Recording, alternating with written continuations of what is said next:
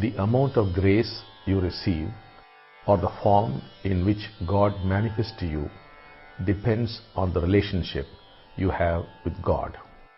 That is why it is important that you do not have an image of a punishing God or an indifferent God.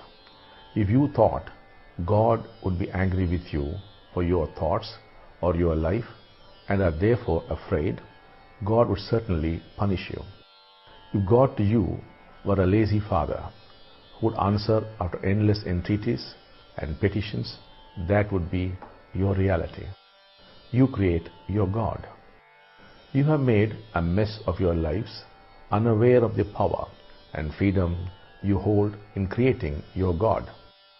One of the greatest curses you could lay on yourself is to create a wrong kind of God, a defective God who would sit over you in judgment and punish you. Remember, when I say creating your God, I do not mean creating a non-existent God through your own imagination. God is your creator, and how could you create God? Creating your own God means to awaken to the power you wield. God is powerful, but you too, being a part of God, are quite powerful, hence the problem. You have the freedom to design the kind of God you want. It is like a potter making use of the clay to create masterpieces. You are the potter and God the clay. Your God would then respond to you the way you want. That is why we use the word idoktakari, one who does as bidden. Do not think it is presumptuous to design God. You have all along been creating your God unconsciously.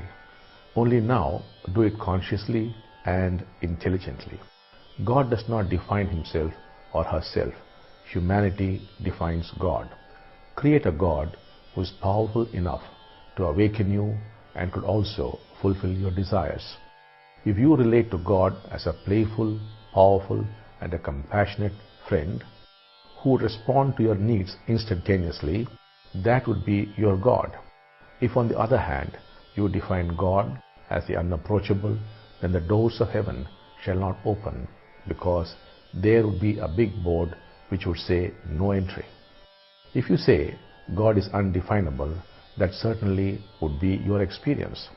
You could choose to have a frowning God, a smiling God, a laughing God, or even a plain God.